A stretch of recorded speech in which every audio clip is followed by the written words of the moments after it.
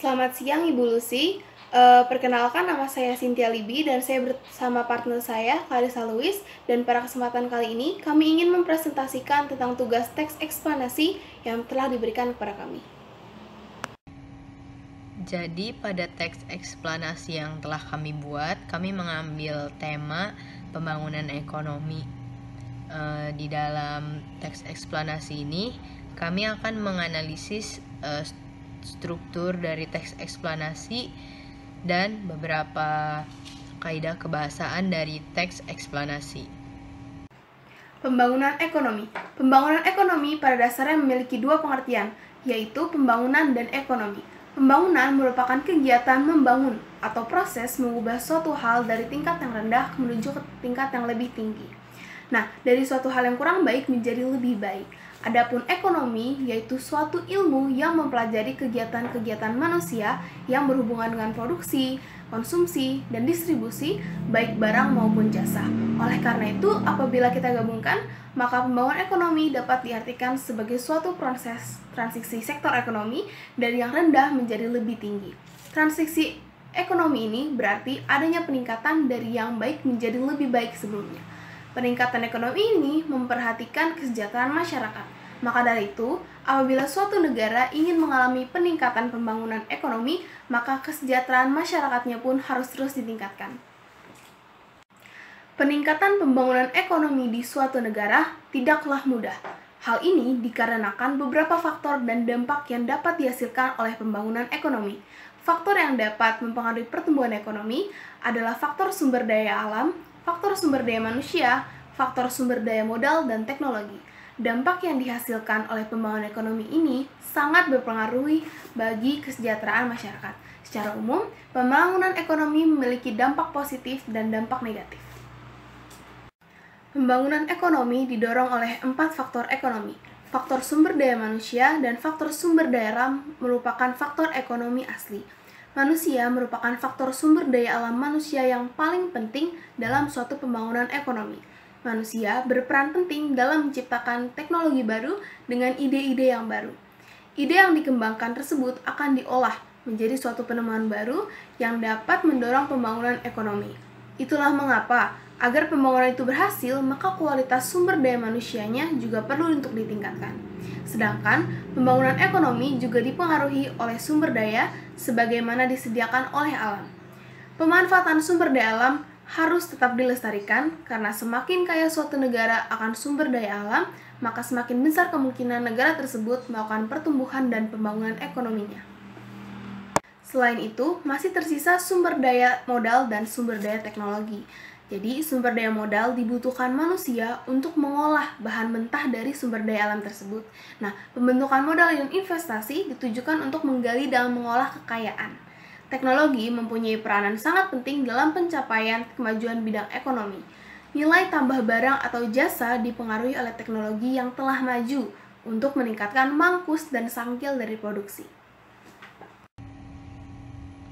Dalam proses pembangunan ekonomi, biasanya akan terdapat dua dampak, yaitu dampak yang positif maupun dampak yang negatif.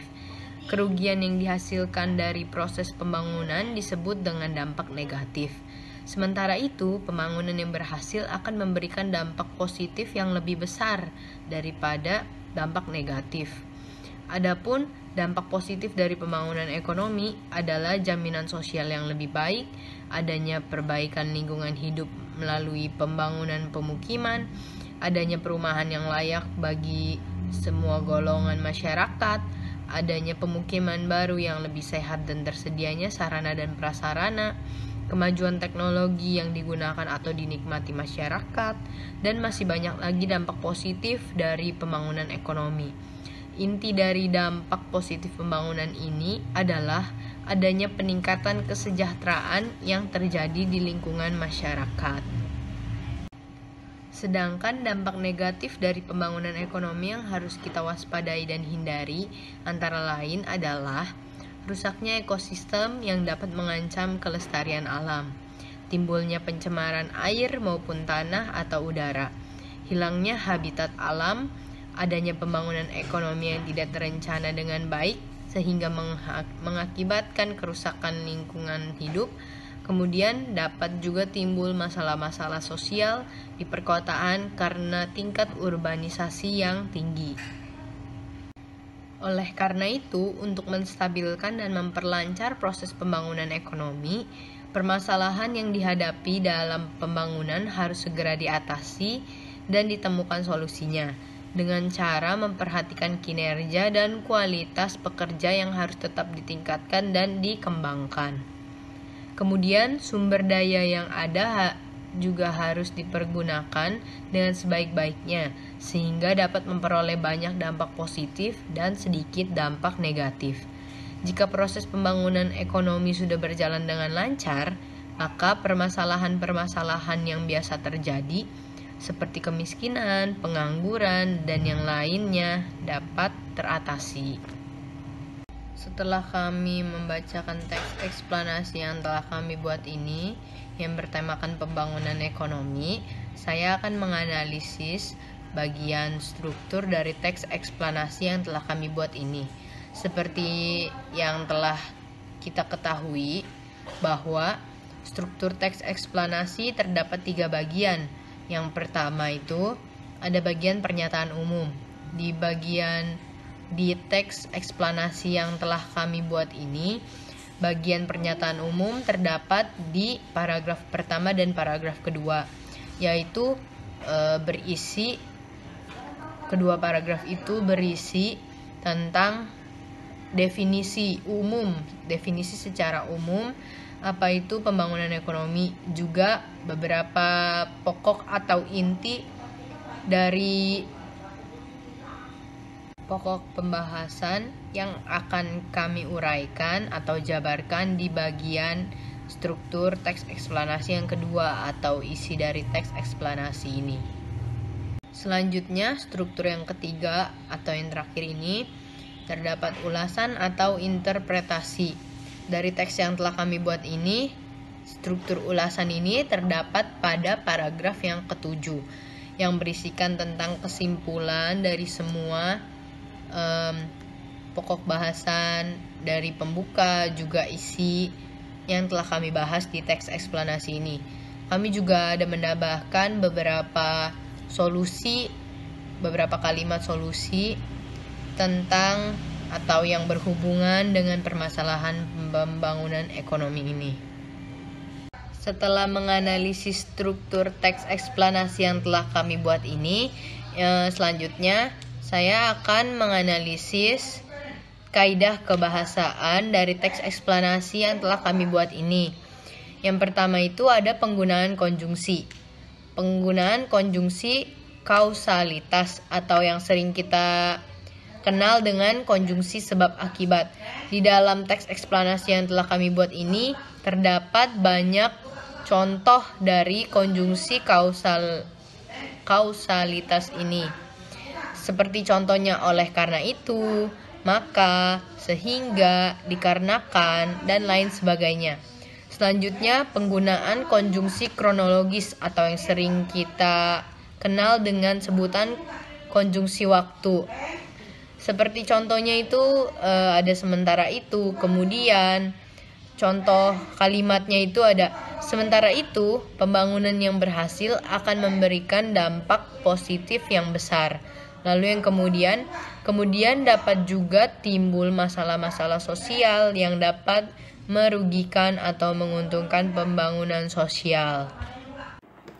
Baik, saya ingin melanjutkan penjelasan dari Clarissa Louise mengenai struktur kebahasaan. Jadi struktur kebahasaan teks eksplanasi yang kedua adalah penggunaan kata ganti benda, fenomena yang dapat berupa abstrak maupun konkret. Sebenarnya kata ganti benda ini dapat berasal dari kata sifat yang ditambah dengan imbuhan. Nah, kalau kata ganti benda fenomena abstrak berarti suatu benda yang tidak dapat kita lihat, tidak dapat kita sentuh, dan tidak dapat kita raba. Melainkan yang konkret itu adalah kebalikannya, yaitu benda yang dapat kita lihat secara fisiknya, dapat kita raba, dan dapat kita sentuh. Kita lihat dari contohnya, yaitu yang pertama, ide yang dikembangkan tersebut akan diolah menjadi suatu penemuan baru. Penemuan di sini, misalnya dia menemukan barang yaitu uang dengan kualitas yang baru ya, sesuai dengan tema pembangunan ekonomi. Itu merupakan kata ganti benda yang konkret karena uang itu dapat kita lihat dan dapat kita raba. Sedangkan yang bawahnya, pembentukan modal dan investasi ditunjukkan untuk menggali dan mengolah kekayaan. Nah, kekayaan ini merupakan kata ganti benda fenomena abstrak karena konteks kekayaan ini tidak dapat kita lihat, tidak dapat kita raba, dan tidak dapat kita sentuh. Kecuali konteks kekayaannya ini diuraikan lagi berupa emas, batu bara dan lainnya. Itu baru menggunakan yang konkret. Tapi kalau konteksnya hanya kekayaan, kemiskinan, dan lainnya itu hanya bersifat abstrak. Kemudian struktur kebahasan teks ekspansi yang ketiga adalah penggunaan kata teknis. Dalam setiap kata teknis ini kan memiliki tema yang berbeda, maka penggunaan kata teknis juga berbeda-beda mengikuti tema atau penyesuaian dengan temanya. Nah, kata teknis ini apa? Kata teknis ini kata yang memiliki makna yang khusus pada suatu bidang tertentu, sehingga maknanya ini merupakan makna leksikal atau makna kamus, dan tidak terdapat pada kamus umum. Seperti yang kita lihat dari contoh teks yang di atas tadi, di sini dapat kita lihat pembentukan modal dan investasi ditunjukkan untuk menggali dan mengolah kekayaan. Di sini yang merupakan kata teknis adalah investasi. Terus yang kemudian yang kedua, nilai tambah atau barang jasa dipengaruhi oleh teknologi yang telah maju untuk meningkatkan mangkus dan sangkil produksi. Nah, yang menjadi kata teknis apa? Bukan mangkus dan sangkilnya, tapi adalah produksinya. Karena produksi ini dalam bangunan ekonomi ini sangat berperan penting, terus juga merupakan suatu kata teknis, masuklah ke dalam unsur kebahasan ini. Terus kemudian, rusaknya ekosistem yang dapat mengancam kelestarian alam, timbulnya pencemaran air, tanah, udara. Yang merupakan kata teknis merupakan ekosistem. Kemudian juga pencemaran. Dan yang terakhir yang merupakan kata teknis adalah sarana dan prasarana. Sekarang kita beralih ke struktur kebahasaan teks eksplanasi yang keempat, yaitu ada kata kerja pasif. Nah, kata kerja pasif ini biasanya di teks eksplanasi ini ada dua pembagian umum, yang awalnya di dan awalannya ter. Nah, seperti yang kita lihat, yang pertama adalah awalnya di. Ditingkatkan, dipengaruhi, dilestarikan, dibutuhkan, dihasilkan, digunakan, dinikmati, dan diatasi. Contoh dalam kalimatnya, kinerja dan kualitas pekerja juga harus ditingkatkan dan dikembangkan. Nah, ditingkatkan ini berasal dari kata tingkat ditambah dengan keimbuhan di dan an. Nah, kemudian ada juga permasalahan yang dihadapi dalam pembangunan harus segera diatasi dan ditemukan solusinya. Di situ berarti kata kerja pasifnya diatasi dan ditemukan. Terus yang kedua adalah awalan ter. Contohnya permasalahan yang biasa terjadi seperti kemiskinan, pengangguran, dan lainnya dapat teratasi. Di situ teratasi menggunakan kata kerja pasif. Sebenarnya banyak sekali kata kerja pasif dalam teks yang tadi sudah dibacakan, namun di sini saya hanya mengambil beberapa contohnya saja. Dan kemudian ada struktur kebahasan teks eksplanasi yang terakhir, yaitu menggunakan kata-kata bermakna denotasi.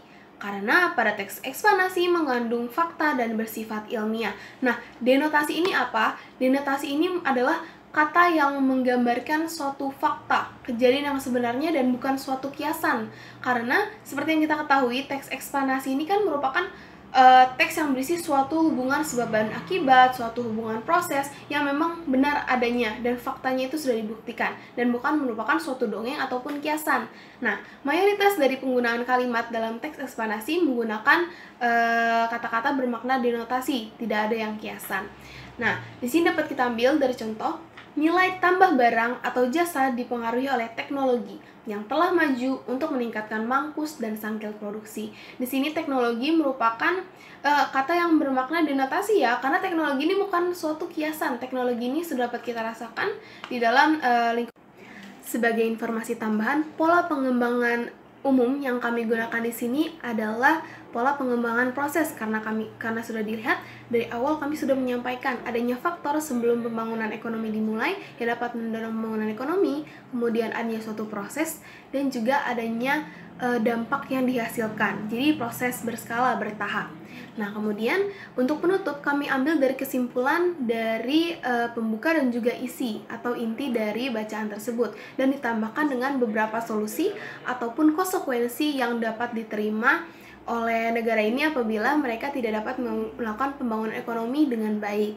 Nah, sekian video dari kami. Kami mohon maaf apabila ada kesalahan kata dan kesalahan materi. Terima kasih.